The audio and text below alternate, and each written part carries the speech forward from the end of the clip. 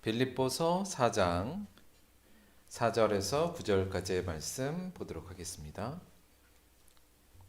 신약성경 321페이지 빌립보서 4장 4절에서 9절까지입니다. 제가 봉독하겠습니다. 주 안에서 항상 기뻐하라. 내가 다시 말하노니 기뻐하라. 너희 관용을 모든 사람에게 알게 하라. 주께서 가까우시니라. 아무것도 염려하지 말고 다만 모든 일에 기도와 간구로 너희 구할 것을 감사함으로 하나님께 아뢰라. 그리하면 모든 지각에 뛰어난 하나님의 평강이 그리스도 예수 안에서 너희 마음과 생각을 지키시리라. 끝으로 형제들아, 무엇에든지 참되며 무엇에든지 경건하며 무엇에든지 오르며 무엇에든지 정결하며 무엇에든지 사랑받을 만하며 무엇에든지 칭찬받을 만하며 무슨 덕이 있든지 무슨 기름이 있든지 이것들을 생각하라. 너희는 내게 배우고 받고 듣고 본 바를 행하라. 그리하면 평강의 하나님이 너희와 함께 계시리라. 아멘. 오늘은 빌립보서 4장 4절에서 9절 본문을 중심으로 평안의 요소들이란 제목으로 하나님의 말씀 함께 나누도록 하겠습니다. 자, 당신은 지금 평안하십니까? 이렇게 질문 제가 드리는 건 아니고요. 우리 스스로에게 나는 지금 평안한가? 요거 한번 스스로에게 좀 자문해 보셨으면 좋겠어요. 어떠세요? 좀 평안하십니까? 여기서 그 평안이라는 말 자체가 성경에서 굉장히 중요한 단어이기도 하고요. 중요한 개념이기도 합니다. 이게 성경에서는 이걸 에이레네, 우리가 이제 그리스 말로 에이레네라고 써 있는 부분인데요. 우리나라 말로 번역될 때는 평안, 평강, 평화, 여러 가지로 다 이런 식으로 번역이 되어 있어요. 근데 성경적으로 볼 때 이 평안이라는 이 에이레네라는 뜻이 크게 두 가지 정도의 의미를 갖고 있는데, 첫째는 이 마음의 평안이요. 그러니까 내 마음이 평안한 상태를 에이레네라고 표현하고요. 또 크게 여러 가지긴 합니다만 대표적으로 요거하고 또 한 가지는 이 관계적인 평화, 나하고 하나님 사이의 관계적인 평화, 나와 이웃 사이의 관계적인 평화를 이야기할 때 이 에이레네라는 말을 씁니다. 그러니까 두 가지가 약간 달라 보이긴 하는데요. 사실은 어찌 보면은 거의 이건 하나와 서로 굉장히 밀접하게 연관되어 있는 두 부분이에요. 잠깐 설명드리자면 우리가 하나님과의 관계가 좋고 이웃과의 관계가 에이레네 할 때 내 마음에 평안이 오는 거고요. 또 내 마음이 그 평안으로 가득 차야 하나님과의 관계와 이웃과의 관계의 에이레네를 만들어갈 수 있잖아요. 그러니까 따라서 이 두 부분이 서로 다르지만 사실은 거의 하나로 동전의 앞뒷면과 같은 개념이다, 이렇게 생각하시면 됩니다. 근데 그냥 좀 편하게 우리가 보통 평안하면 우리 마음의 상태를 보통 생각하니까 이 질문은 여러분 마음의 상태가 지금 평안하십니까? 이렇게 드리는 질문이에요. 요거 단답형으로 한 거는 아닌데 약간 좀 도움을 드리기 위해서 객관식으로 좀 내봤어요. 자, 1번. 첫 번째, 내 지금 상태는 완전히 평안하다. 두 번째는 통제가 가능한 평안 상태다. 이거 통제가 가능하다는 건 무슨 말이냐면, 그러니까 기본적으로 우리가 평안하지 않은 게 뭐냐면 우울과 불안, 두려움, 우울, 낙심 이런 감정 상태잖아요.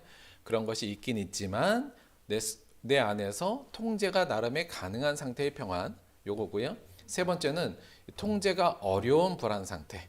그러니까 그런 것들이 가끔 내가 이겨낼 때도 있지만 내 힘으로 너무 통제가 어려워서 거기에 끌려다니는 상태가 3번. 4번은 완전히 불안한 상태.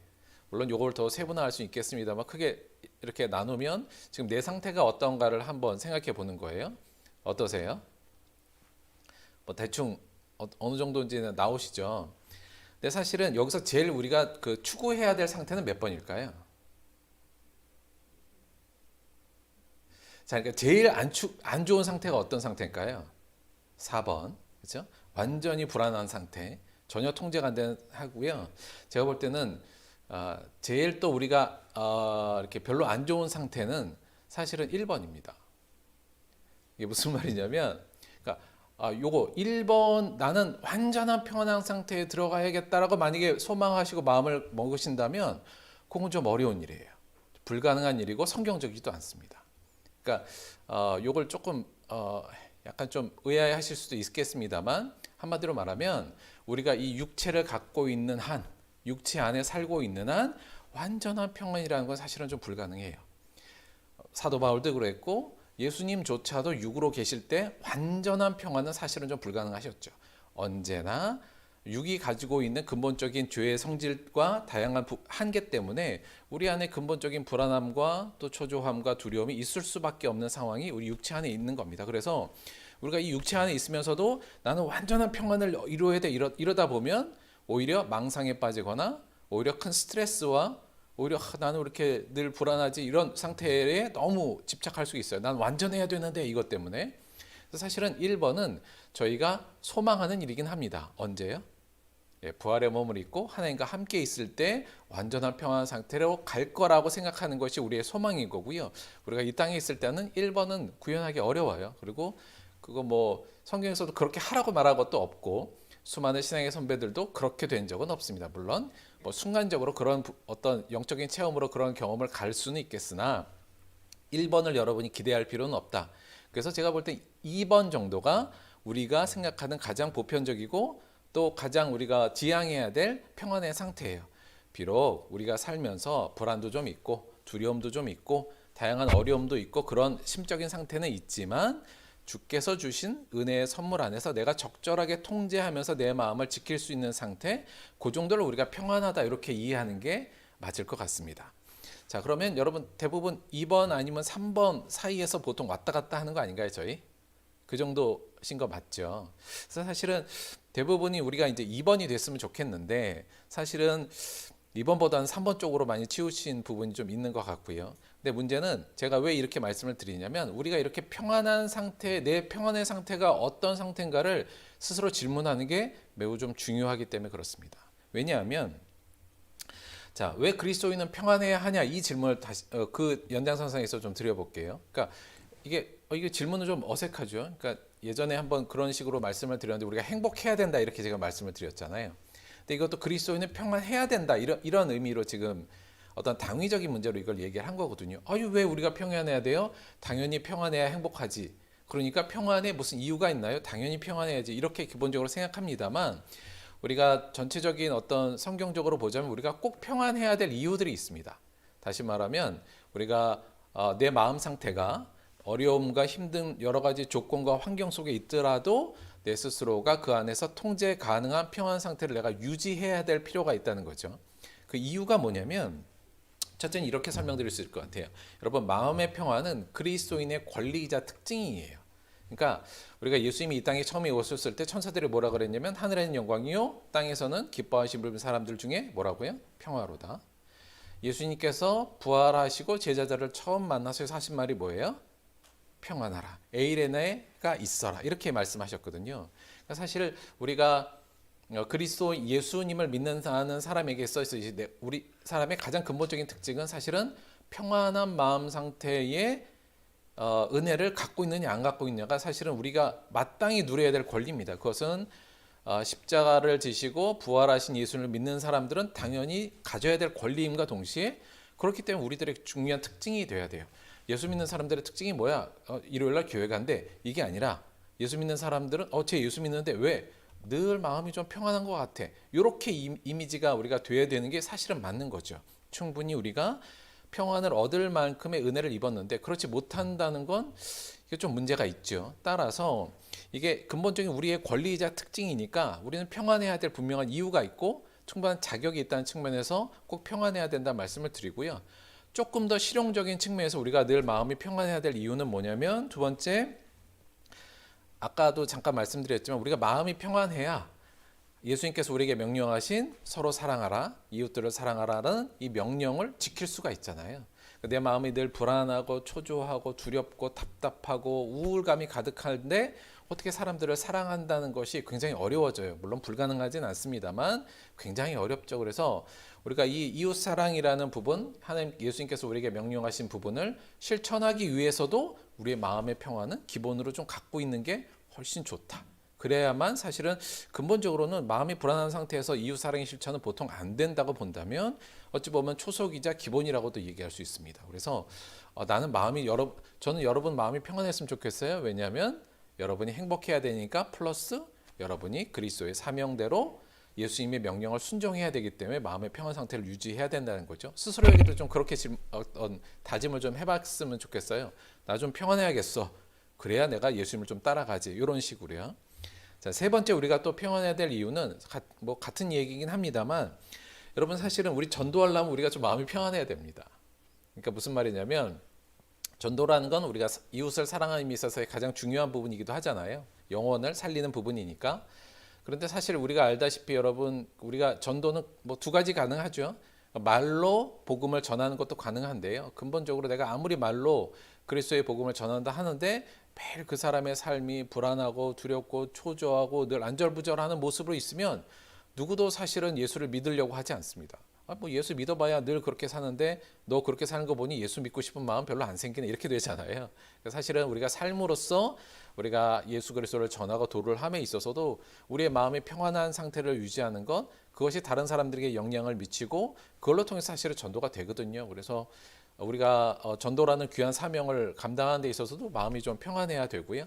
또 근본적으로 우리가 평안해야 될 이유는 마음의 평안은 죄의 유혹을 막는 울타리다. 그러니까 우리가 이 불안하고 두려운 상태가 사단이 제일 좋아하는 상태고, 우리가 죄의 유혹을 넘어갈 수 있는 기반이 되어버린 이잖아요. 따라서 우리 마음이 평안한 상태를 유지하는 것이 그런 사탄의 유혹과 죄의 유혹을 이겨내는 데도 매우 중요하다. 한마디로 우리가 평안하는 건 왜 평안해야 돼요? 뭐 당연히 평안이 좋으니까요. 하지만 그 넘어서 우리가 사명적으로도 우리가 그리스도인답게 삶에 있어서도 이 마음의 평안을 내가 유지하는 것은 매우 중요하고, 그 상태를 갖는 것이 다양한 측면에서 필요하다는 말씀을 이 부분에서 좀 강조를 드립니다. 하나 짚고 넘어가야 될 부분은 이 부분인 것 같은데요. 목사님 말씀 듣다 보니까 조금 마치 평안은 하나님이 우리에게 주는 거 아닌가요? 근데 마치 우리가 뭘 만들어내야 되는 것처럼 말씀하셨잖아요. 이렇게 질문하실 수도 있을 것 같아요. 그러니까 우리 그리스도인의 마음의 평안은 하나님이 주는 거 아닙니까? 내가 만드는 겁니까? 이 부분이에요. 어떻게 생각하세요? 평안은 아까 우리 찬양에도 평안이 하늘에서 이렇게 내려오는 이런 표현을 쓰잖아요. 그러니까 사실은 우리가 어떤 평안이라 그래서 하나님이 주는 평안은 우리가 있으면 하나님께서 평안으로 이렇게 나를 훅 만들어 주신다, 이런 생각이 들 수가 있어요. 그리고 보통 우리가 그렇게 기대하는 것 같고요. 근데 제가 말씀드리는 부분은 평안을 우리 의지적으로 뭘 좀 해내자, 평안해야 된다, 이런 식으로 얘기하니까 좀 헷갈릴 수 있는데요. 이 질문에 대한 답은 뭘까요? 평안은 온전히 하나님이 주는 건가요? 아니면 우리가 좀 만들어내는 걸까요? 저는 이 두 가지가 다 포함됐다고 보거든요. 그러니까 우리 마음의 평안은 하나님이 주는 것과 동시에 또 우리가 만들어야 되는 부분도 분명하게 있습니다. 이 부분을 조금 예를 들면 이런 식으로 예를 들 수 있을 것 같아요. 굉장히 지금 제가 배가 고파요. 허기가 졌어요. 그래서 하나님께 뭐라고 해요? 하나님, 너무 배고파요. 이 허기를 면하게 해주세요. 이렇게 이제 기도하죠. 그럼 하나님은 우리에게 어떻게 반응하실까요? 갑자기 내 허기적인 신경이 싹 없어지고 이 안에 배부름의 느낌이 확 들게 만드는 게 하나님의 방식은 아니라는 겁니다. 그럼 하나님이 우리의 허기를 면하기 위해서 어떻게 해주실까요? 먹을 걸 주시는 거예요. 먹을 걸 공급해 주십니다. 이거 하나님이 주시는 거죠.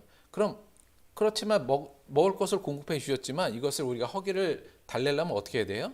내가 스스로 이것을 먹고 씹고 소화시키는 과정을 우리가 해야 될 일이라는 측면이에요. 그러니까 그렇게 본다면 우리가 갖는 평안의 부분도, 우리가 하나님 너무 불안해요, 두렵습니다, 저를 평안하게 만들어 주세요, 갑자기 하나님이 우리의 마음을 그냥 불안을 싹 사라지고 그 안에 평안을 하나님께 쏙 넣는 게 아니라 우리가 평안할 수 있는 재료들을 공급해서 주시고요.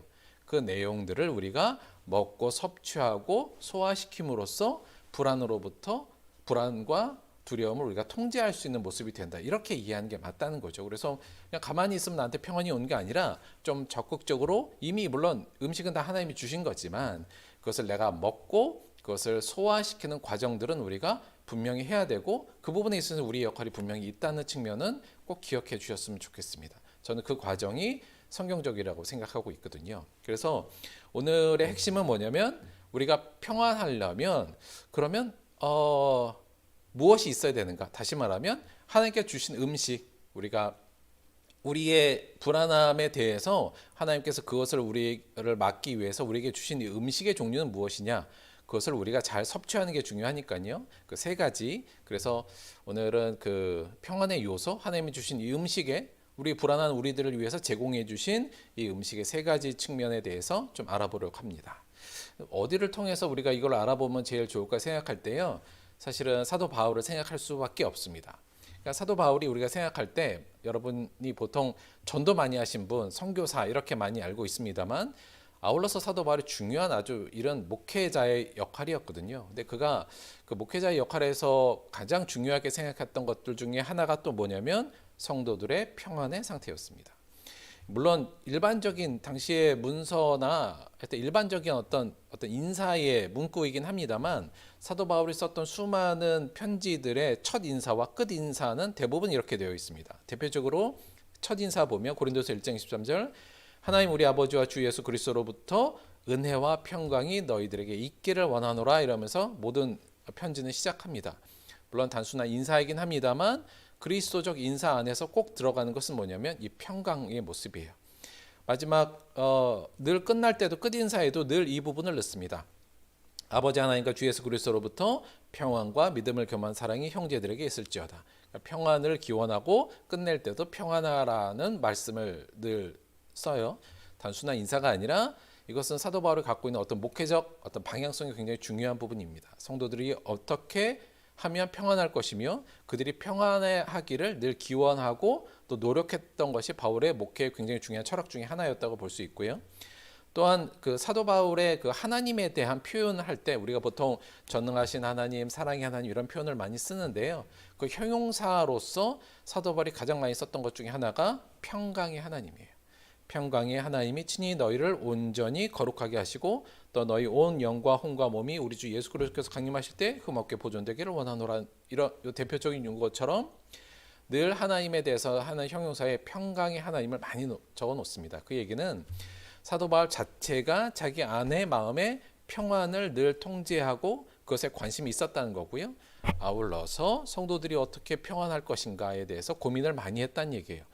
그것은 그 고민의 어떤 그 실마리 또는 그 고민의 내용을 알 수 있는 건 그가 따라서 성도들이 어떻게 하면 이 평안할 것인가, 마음의 평안을 유지할 것인가에 대한 다양한 의견들을 그의 서신서에서 적어놨다는 데서도 알 수 있습니다. 그래서 그럼 사도 바울이 얘기할 때 우리가 평안하기 위해선 어떤 요소들이 있어야 되고 어떤 걸 먹어야 되고 어떤 것을 우리 안에 영양식으로 넣어야 될 것으로 제시한 그 세 가지를 오늘 본문을 통해서 한번 좀 알아보려고 해요.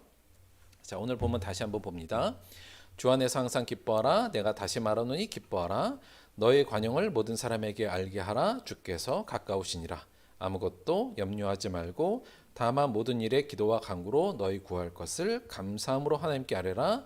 그리하면 모든 지각에 뛰어난 하나님의 평강이 그리스도 예수 안에서 너희 마음과 생각을 지키시리라.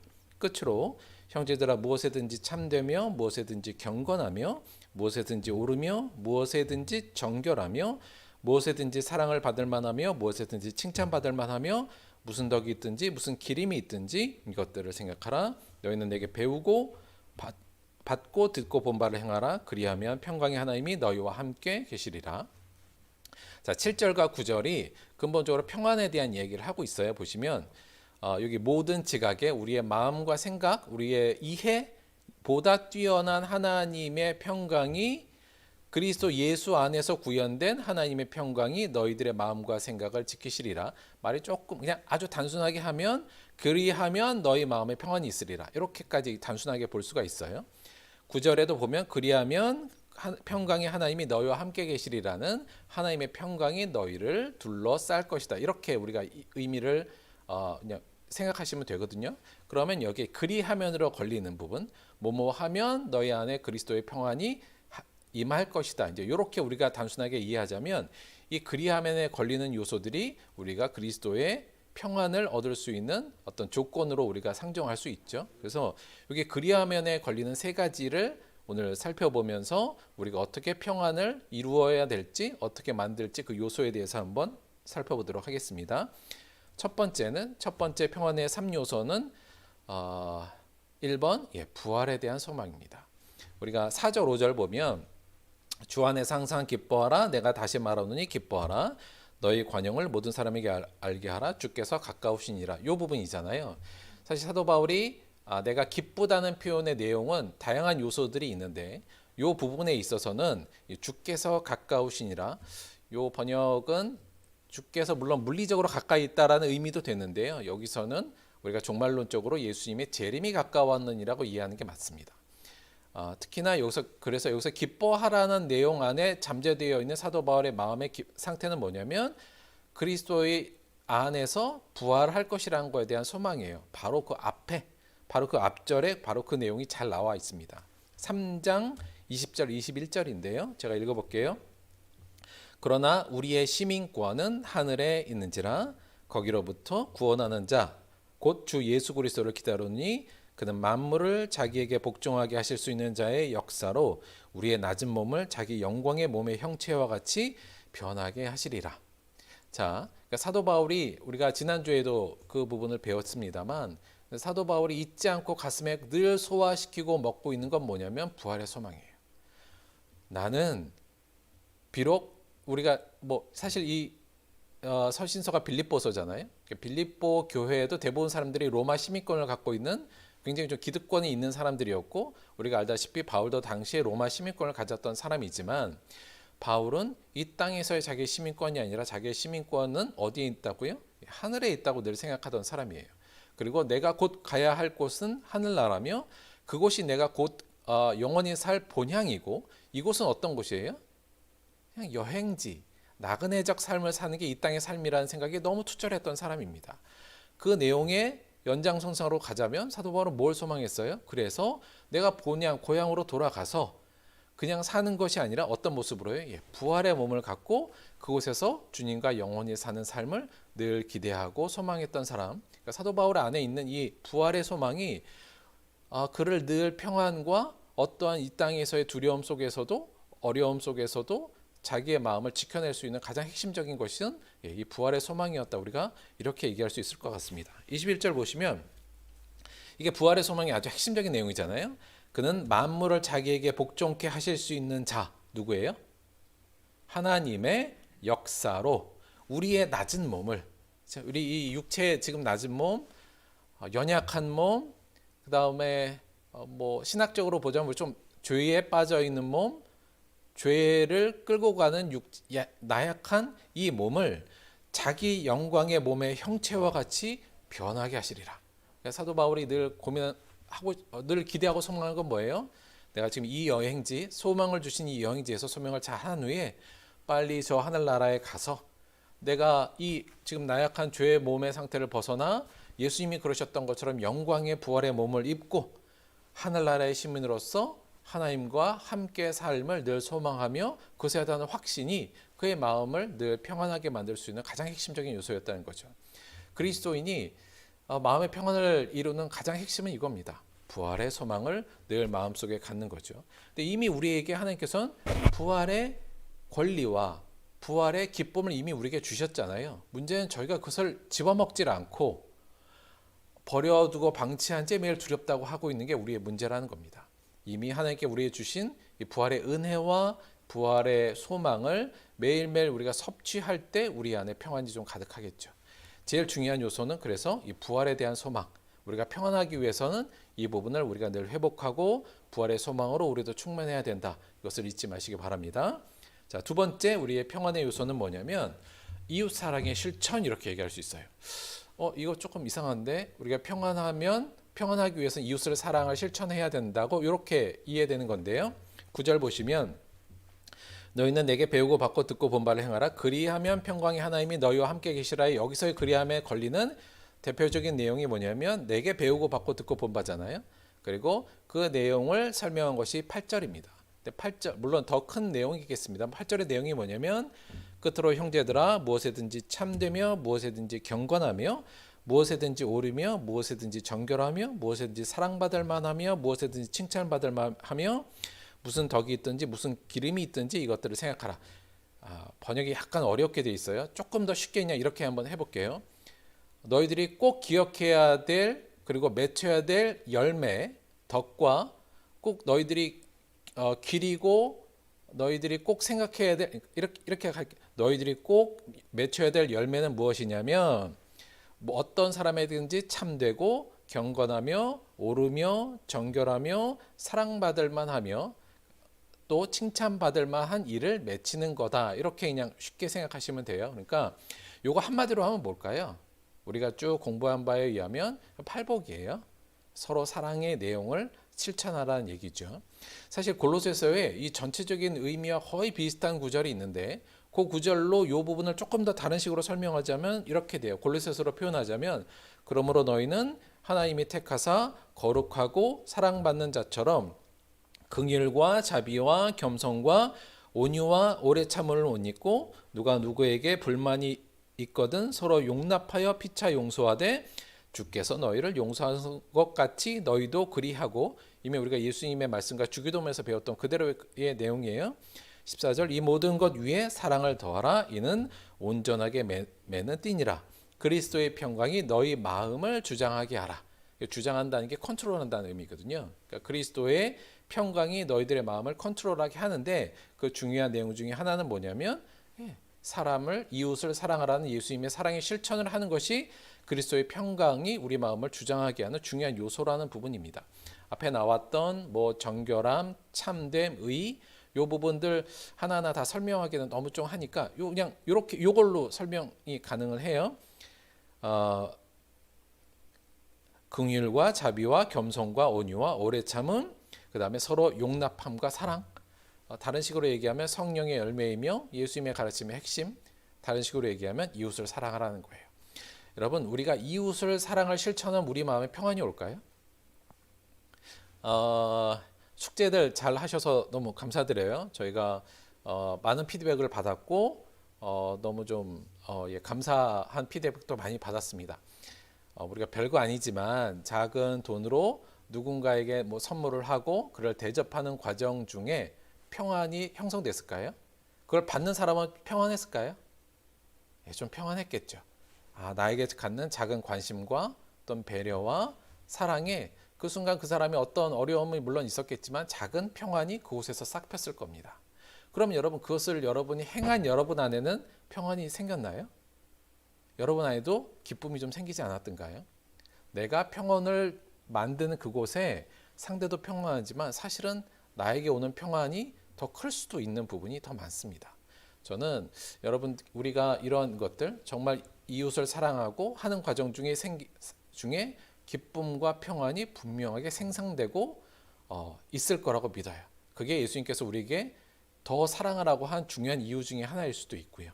그래서 우리가 정말 예수님의 사랑을 실천하고 물론 뭐 그냥 어떤 다른 어떤 뭐 개인적인 이유도 있지만 내가 예수님의 명령을 따라 사는 모습으로 내 이웃을 사랑하고 그를 배려하고 그를 더욱더 섬겨야겠다라는 마음으로 살면 그것이 어떤 마음으로 어떤 결과로 오냐면 내 마음에도 평안을 주고 상대에게도 평안을 주고요. 또 다른 한편으로 어떻게 되냐면 내가 그리스도의 길을 가고 있구나 하라는 그리스도와의 연합의 기쁨이 오고요.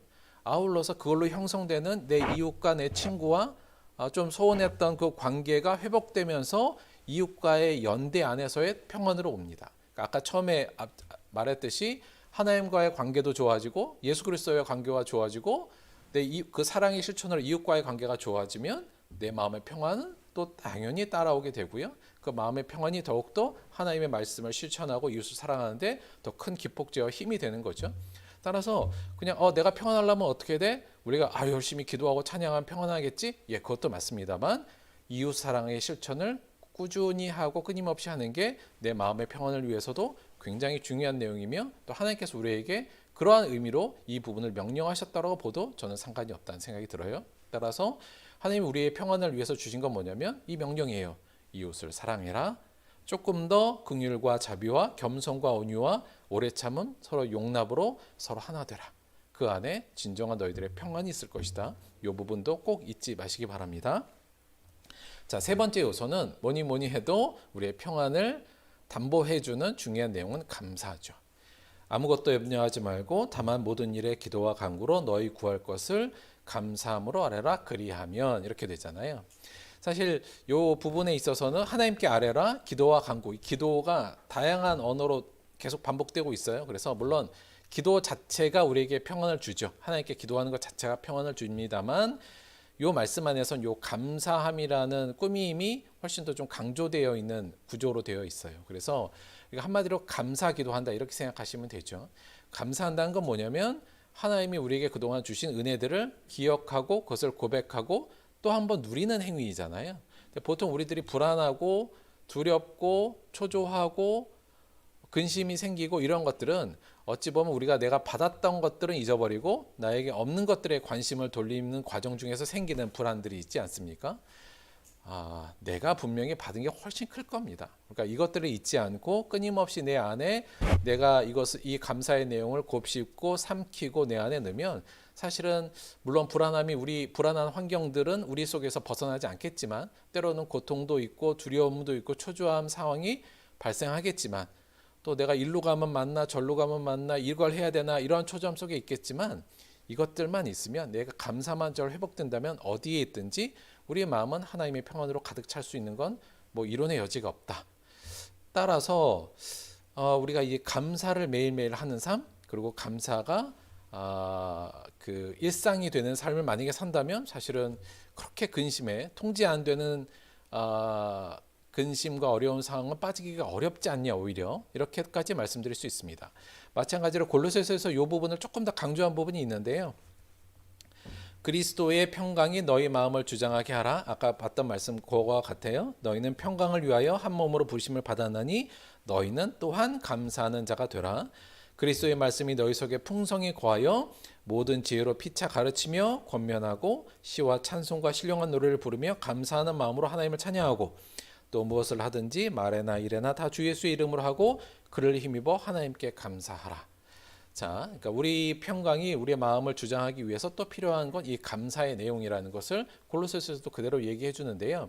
사실 요 앞부분은 우리가 감사는 개인적인 감사라면 골로새서에서는 약간 공동체적 감사를 좀 강조하고 있어요. 그러니까 이런 걸 이렇게 하는 거죠. 그러니까 함께 모여서 말씀으로 서로 교제하고, 그러니까 우리가 그리스도인들이 서로 말씀 안에서 은혜로 교제하는 거 굉장히 중요합니다. 그 안에 감사가 계속 넘쳐나고 상대방의 감사가 나에게 전염되기도 하고 내 감사가 상대방에게 영향을 미치기도 하잖아요. 그러니까 개인적으로 내가 하나님 앞에 기도하는 감사도 중요하지만 교제를 통한 감사도 중요하고 또 함께 모여서 시와 찬송과 신령한 노래로 하나님께 감사하는 찬양도 굉장히 중요하죠. 그리고 근데 이런 게 중요한데 사실 저희가 이걸 좀 못하고 있어요 지금. 그렇죠? 그러니까 저희가 함께 모여서 정말 하나님을 찬양하는 과정, 감사하는 과정, 또 모여서 교제하면서 은혜를 나누는 과정, 감사를 나누는 과정이 지금 코로나 정부에서는 저희가 지금 이게 빠져 있는 부분이어서 좀 아쉬움이 있습니다만 회복될 걸 기대하면서 그래도 기억할 건 뭐냐면 내 안에 개인적으로도 감사가 회복되는 거. 내가 아마 감사를 대부분 여러분이 아마 나 요즘 불안해 너무 그렇다면 아마 감사를 잊고 있다 이렇게 보시면 정답이라고 생각할 수 있을 것 같아요. 그래서 이 감사의 내용들을 우리가 매일매일 점검하고 곱씹자. 이것이 평안의 또 중요한 가장 핵심적인 내용 중에 하나다 이렇게 얘기할 수 있을 것 같습니다.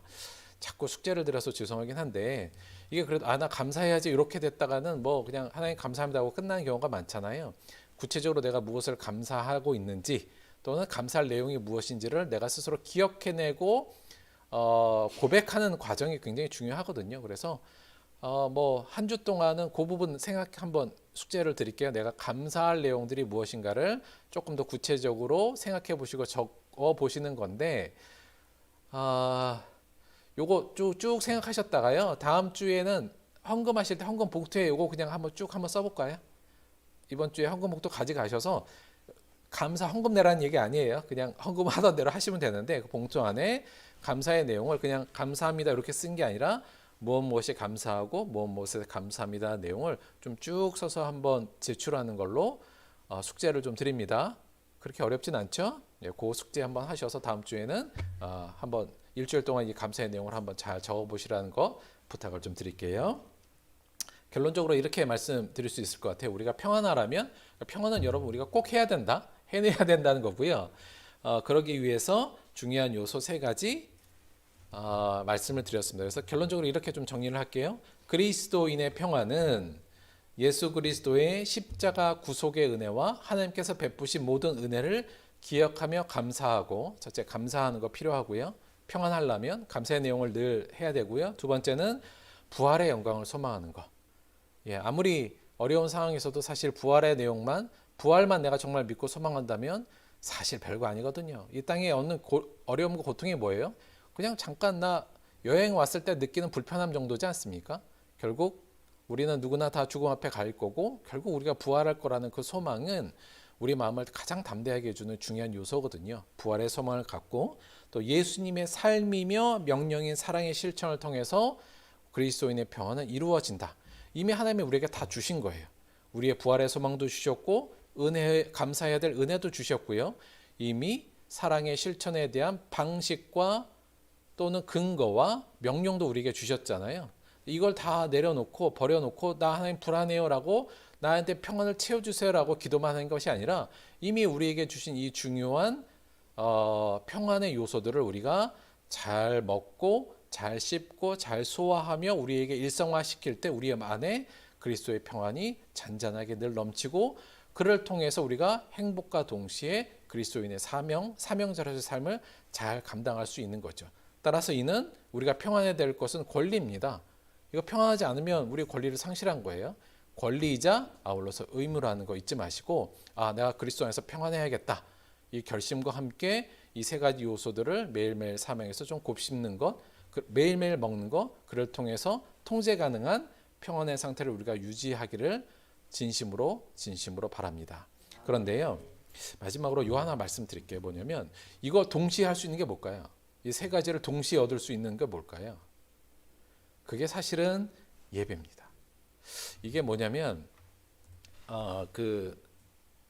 로마 그 카타콤 그 지하에 있는 그림 중에 하나인데 초기 기독교 공동체의 가 이 성찬하라는 모습이에요. 여러분 처음에 기독교 공동체들이 예배를 드렸잖아요. 예배의 원형인데 이 예배 때 그냥 근본적으로 한 건 뭐였냐면 일요일 날 함께 모여서 성찬을 나누는 것이 근본적인 예배의 첫 모형입니다. 근데 여러분 여기서 일요일 날 모인다는 건 무슨 의미였죠? 우리가 왜 일요일 날 주일 날 모여서 예배드리나요? 뭘 기념하는 거예요? 예수님의 부활을 기념하는 거예요. 그러니까 실제로 우리가 매일 주일 날 예배드리는 건 매일 부활을 기념하는 겁니다. 그러니까 사실은 여러분이 내가 주일 날 왜 여기 앉아 있어요? 예수님이 부활한 것을 기념하고 지금 증언하기 위해서 이 자리에 있는 거예요. 그러니까 사실 매일 예배 시간에 올 때, 주일날 예배에 올 때, 예수님이 부활하셨지. 나 그래서 지금 함께 모이는 거잖아. 그리고 나도 부활할 거야 라는 것만 여러분이 체득하고 돌아가시면 주일 예배 잘 드린 겁니다. 전 그 정도만 해도 굉장히 중요한 부분이라고 생각해요. 근데 초대교회 사람들도 그런 거예요. 매일 일요일 날 모이는 거예요. 예수님 부활하셨어. 힘들지만 우리도 곧 부활할 거야.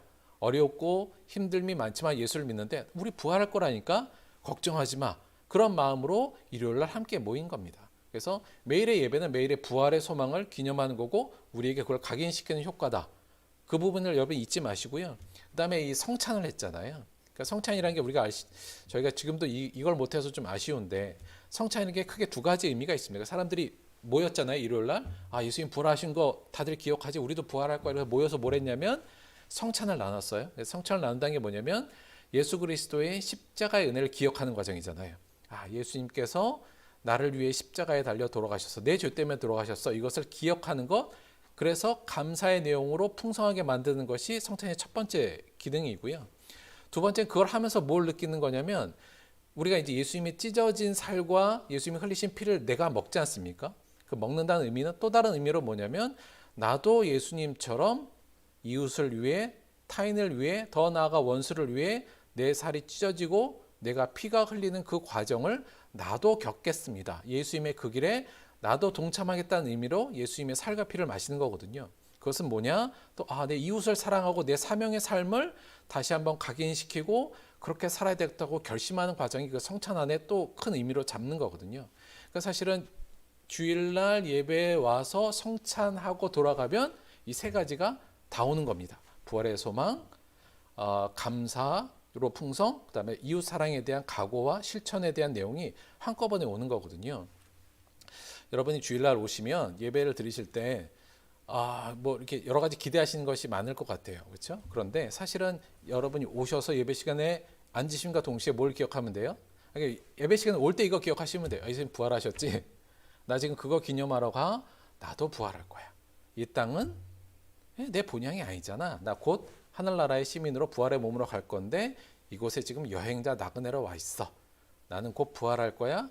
이 세상이 주는 고통이 아무것도 아닌 거야. 이거 한번 느끼시면 되고요. 예배당에 앉으셔서 뭘 보시면 돼요? 십자가 보시면 되잖아요.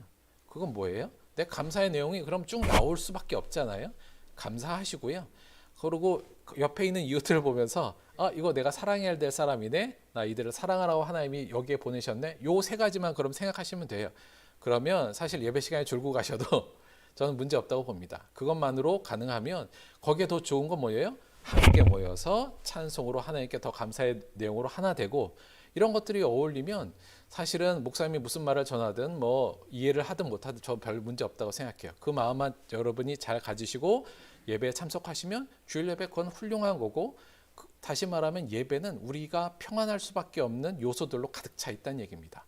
우리가 잘만 그 예배를 드리고 우리가 호흡하고 또 그 예배를 우리가 잘 의미대로 받아들이기만 하면요.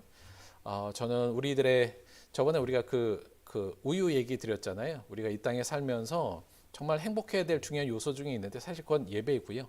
제일 핵심적인 요소가 예배고 이 예배를 그래서 우리가 주일날 현재는 한 번 드립니다만 요 같은 마음으로 저희들이 예배를 잘 드리면 저는 이 예배 한 번만으로도 예배가 우리의 그 평안한 우리의 마음의 평안과 더 나아가서 우리의 사명의 완성을 위해서도 굉장히 중심적인 어떤 역할을 감당하는 것이 바로 이 예배다 이렇게 생각이 듭니다. 그래서 물론 다양한 그래도 오늘 그래도 예배를 드려야 마음이 좀 편하고 약간 의무도 있고 그런 마음으로 주일날 오는 경우도 있으시겠습니다만 방금 드린 세 가지 요소를 내가 이 예배를 통해서 다시 한번 내가 호흡하고 그것을 들이마시고 또 씹고 넘겨서 내 마음에 하나님의 평안으로 가득 차게 만들어야겠다.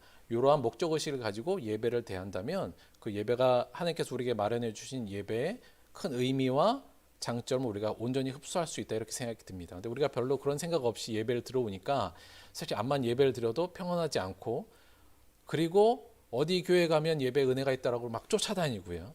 사실은 물론 그럴 수 있죠. 은혜 있는 예배가 더 있을 수 있겠습니다만 사실은 예배 자체가 내가 예배에 참석하는 것 자체가 우리 안에 은혜를 줄 수밖에 없습니다. 그 세 가지를 생각한다면 따라서 사실 초기 그리스도인들이 가졌던 그 그리스도인으로서의 엄청난 그 실천력, 그들이 갖고 있던 경건력과 그들의 1세기에 폭발적으로 성장하면서 많은 사람들에게 영향을 주었던 것은 바로 이 굉장히 단순하지만 이때 무슨 악기가 있었습니까? 뭐가 있었겠습니까? 그렇죠? 예배 내용이 별것도 없었는데 바로 그들의 이 마음과 이 세 가지를 기억하는 마음이 그들의 신앙을 그렇게 살찌우고 힘있게 만들었다고 분명히 생각이 듭니다. 우리 사랑하는 들북교회 성도님들도 예배의 부분을 이 세 가지 측면에서 늘 생각하시면서 마음의 평안으로 늘 자신을 좀 컨트롤하고 통제할 수 있는 것으로 늘 생각해 주시고요. 잊지 말아야 하실 것 세 가지 감사 또 하나 뭐예요? 부활의 소망 또 사랑의 실천 이 세 가지를 삶의 영역에서 늘 흡수하시고 삼키시고 드시고 하심으로 하나님의 평안으로 가득한 여러분의 마음 상태와 그를 통한 하나님의 아름다운 열매, 의의 열매들이 맺히는 여러분과 제가 되기를 주님의 이름으로 축원드립니다. 기도하겠습니다.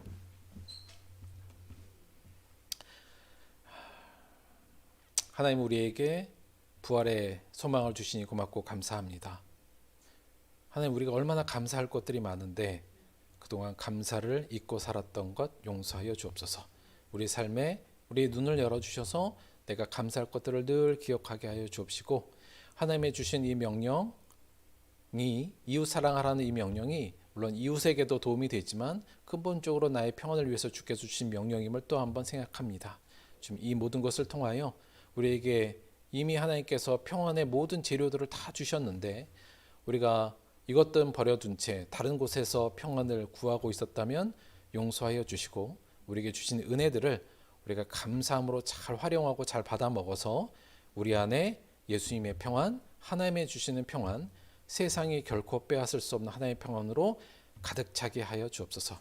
그래 우리에게 주신 은혜를 충분히 누리고 그 누림의 기쁨과 감사가 흘러넘쳐 이 땅의 사명의 역할에 큰 힘이 되는 우리들의 삶이 될 수 있도록 역사하여 주옵소서.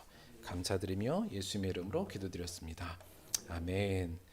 우리 말씀 생각하시면서 잠깐만 함께 통성으로 기도하도록 하겠습니다.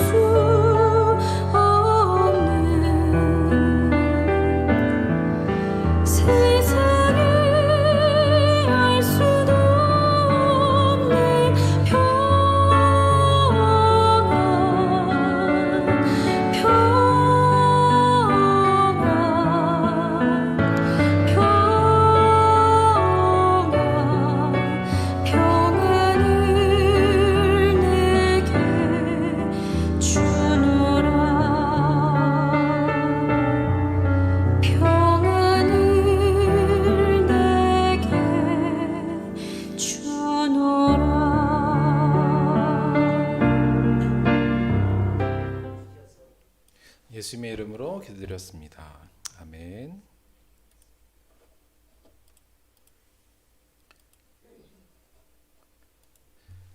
저희가 지금 600명, 700명대로 올라왔잖아요. 그래서 뭐 800명, 900명, 1000명대 될 확률이 지금 좀 높아진 상태이고 좀 걱정스럽긴 합니다. 그래서 뭐 어쩔 수 없죠. 뭐 상황을 보면서 해야 될 텐데 일단 제일 먼저 신경 쓰셔야 될 건 여러분 스스로가 여러분의 건강을 지키시는 거, 그거 굉장히 중요하니까 여간 조금 좀 유행도 지금 많이 더 다시 4차 유행이 되는 것 같으니까 여러분의 건강과 또 다른 사람들을 위해서도 그러니까 더욱더 이 안전한 그 생활에 더 신경 쓰신 거 중요하게 생각해 주시고요.